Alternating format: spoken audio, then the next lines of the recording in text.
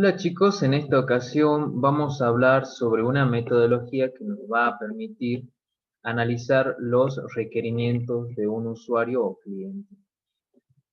Vamos a hablar sobre el análisis estructurado.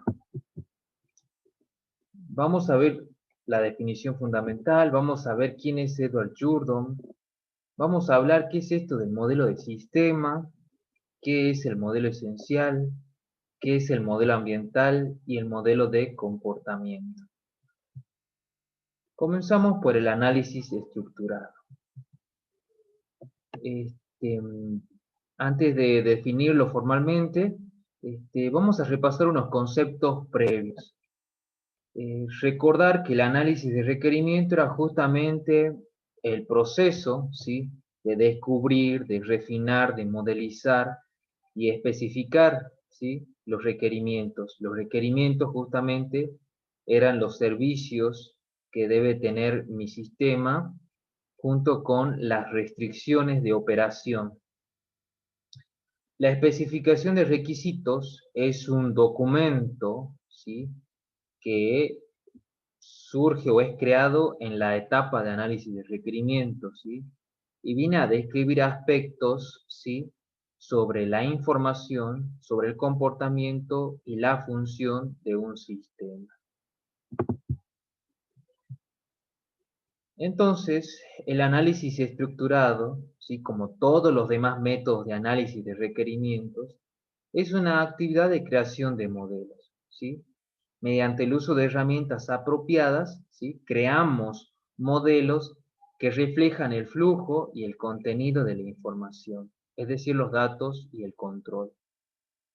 Partimos del sistema funcionalmente y lo defragmentamos para poderlo analizar y según distintos comportamientos establecemos la esencia de lo que se debe construir, ¿sí?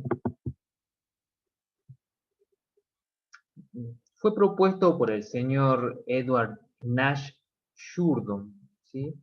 Este señor, ¿sí?, nace en 1944 y fallece en el año 2016. ¿Sí? Fue un ingeniero de software, consultor informático, autor y conferencista estadounidense y justamente pionero de la metodología de ingeniería de software. ¿Sí? Él, a proponer una metodología estructurada, dio inicio, ¿sí?, a que todo un movimiento de ingenieros de sistemas propongan también sus métodos para poder desarrollar software. Fue uno de los principales desarrolladores de la técnica de análisis estructurado en la década de 1970. Por supuesto, tenía algunos asistentes y personas que lo ayudaron, ¿sí? Pero él es en realidad el mayor exponente de la metodología estructurada. Esta es la metodología estructurada que propone el señor Jordan, ¿sí? Él propone obtener el modelo del sistema a partir de otros dos modelos, el modelo esencial y el modelo de implementación. El modelo esencial, a su vez, viene a responder aspectos que tienen que ver con la etapa de análisis de requerimientos y el modelo de implementación viene a responder cuestiones que tienen que ver con el diseño del sistema. La diferencia radica en que uno va a trabajar con modelos sin restricciones tecnológicas y el modelo de implementación toma ese modelo sin restricciones tecnológicas y lo adapta o le incorpora restricciones tecnológicas, lo adapta a una realidad tecnológica, ¿sí? El modelo esencial, a su vez, está formado por un modelo del ambiente y un modelo del comportamiento, ¿sí? En este curso nosotros vamos a hablar más sobre la etapa de análisis de requerimientos, ¿sí? La etapa de diseño de sistemas no la vamos a ver. Veamos qué es esto del modelo de sistemas. Vamos a definir ante algunos conceptos previos para poder entender este concepto. Modelo, ¿sí? Modelo es una representación de un aspecto de la realidad y se construye de modo que nos ayude a comprender la misma, ¿sí? Podríamos decir que un modelo es una maqueta o un bosquejo de algún aspecto de la realidad, de algo que nosotros podamos distinguir en todo nuestro entorno. La modelización justamente es el proceso por el cual el analista de sistema o el diseñador de sistemas, ¿sí?, vienen a crear uno o más modelos o planos que representan aspectos del sistema objeto de estudio. Recordar que nosotros habíamos dicho que nuestro sistema objeto de estudio eran las empresas o las organizaciones, microemprendimientos, este, generalmente siempre es un contexto de negocio. O también puede ser un contexto académico o de investigación. ¿Cuáles son los motivos para crear modelos? ¿Sí? ¿Por qué lo hacemos? Bueno, justamente para enfocar características importantes del sistema, ¿sí? A la vez, minimizar aquellas características que no son importantes para nosotros. También creamos modelos justamente para discutir los cambios que se va a hacer en un sistema actual, ¿sí? Y las correcciones, ¿sí?, a los requerimientos del usuario, ¿sí? Y esto es lo que nos permite reducir los costos, ya sea en tiempo, en dinero, en gastos, ¿sí? Y también reducir los riesgos, ¿sí? En vez de estar encontrando errores ya al final del proceso, al modelarlo nos empezamos a dar cuenta que requerimientos del usuario van a poderse implementar o no, ¿sí? También nos sirve para verificar que se entiende el contexto del usuario, ¿sí?, que se entiende este, el contexto del negocio donde trabaja este usuario. Y que se ha documentado de tal manera que tanto los diseñadores y los programadores puedan construir el sistema. Es decir, que los modelos también están para comunicar información de manera clara, precisa y concisa. Es decir, que los modelos tienen ciertas características por cumplir, ¿sí? Mencionemos algunas de ellas. Generalmente los modelos deben ser gráficos, ¿sí? Su construcción debe ser descendente, ¿sí? Es decir, que se pueda ir dando cada vez más detalle, ¿sí? Debe contener una redundancia mínima, es decir, no tiene que ser muy repetitivo o contener información repetida, ¿sí? Debe ser transparente al usuario, o sea que el modelo debe mostrar la verdad, ¿sí?, al usuario, la realidad tal cual es. Bien, entonces el modelo de sistema, ¿sí?, está dividido en dos modelos generales, ¿sí? El modelo esencial y el modelo de implementación. El modelo esencial va a representar la etapa de análisis estructurado, ¿sí? El método de análisis estructurado se aplica en la etapa de análisis de requerimientos, que consiste en la construcción de un modelo libre de detalles tecnológicos. Ahora bien, el modelo de implementación representa la etapa de diseño estructurado, ¿sí? Y en este caso, Jourdan y sus colaboradores proponen el método de diseño estructurado para la etapa de diseño de sistemas. También lo podemos definir como la instanciación de un modelo esencial, ¿sí?, que es el modelo previo, con una tecnología dada, ¿sí? Bien, pasemos a ver qué es esto del modelo esencial. Vamos a tener en cuenta algunos conceptos previos, como por ejemplo, qué es un requisito esencial y qué es un requisito falso. El requisito esencial, más que nada, es una característica que el sistema debe presentar, ¿sí?, cualquiera sea la tecnología que llegara a ser usada para implementarlo. Tiene que estar. Ahora, el requisito falso es una característica irrelevante para esta etapa, ¿sí?, de desarrollo, ¿sí?, para la etapa de análisis, ¿sí?, o necesaria solo para el empleo de una cierta tecnología, ¿sí? Seguramente este requisito tendría más valor si estuviéramos en la etapa de diseño. Pero ahora estamos en la etapa de análisis. Bien. Entonces, el modelo esencial consiste en dos componentes principales, ¿sí? En el modelo del ambiente y el modelo de comportamiento. El modelo del ambiente, ¿sí? Viene a mostrar la relación que tiene, ¿sí? Mi ambiente con todas aquellas entidades o entorno o contexto del sistema, ¿sí? El modelo del comportamiento viene a ser una vista más interna del sistema. ¿Cuál es su comportamiento? ¿De qué manera interactúan los elementos estructurales que la conforman? ¿Sí?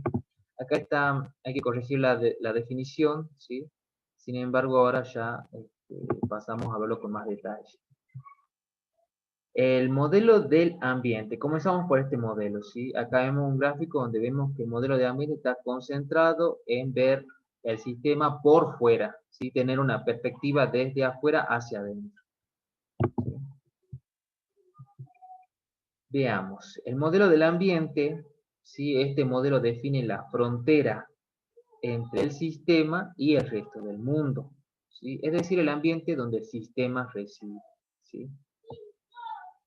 Aplica un conjunto de herramientas que me van a permitir poder modelar el ambiente. Y estas herramientas son la declaración de propósitos, el diagrama de contexto, la lista de estímulos o eventos, ¿sí? Y un diccionario de datos inicial, ¿sí? Veamos cada una de estas herramientas, ¿sí? Algunas son gráficas, otras son textuales. Por ejemplo, la declaración de propósitos es una herramienta textual, es más que nada una declaración textual, breve y concisa de los objetivos del sistema. Generalmente está destinada al nivel superior de decisión, es decir, a la gerencia. También puede estar dirigida a personas que no están del todo involucradas con el desarrollo. Cuando se realice esta declaración de propósito, puede incluir varias frases, ¿sí? Pero se recomienda que no supere el párrafo, ¿sí? Es al momento de redactar. El diagrama de contexto, ¿sí? Es un plano que viene a enfatizar determinados aspectos del sistema. Por ejemplo, la comunicación con las entidades externas. Datos que el sistema recibe. La información producida por el sistema y también, por supuesto, los límites entre el sistema y el resto del mundo. Acá, para tener un poco más también de recordar también los conceptos que habíamos visto de la teoría general de sistemas, ¿sí? También está relacionado con eso. La lista de estímulos o acontecimientos también lo pueden encontrar en alguna bibliografía, ¿sí? O a veces también se la llama lista de eventos.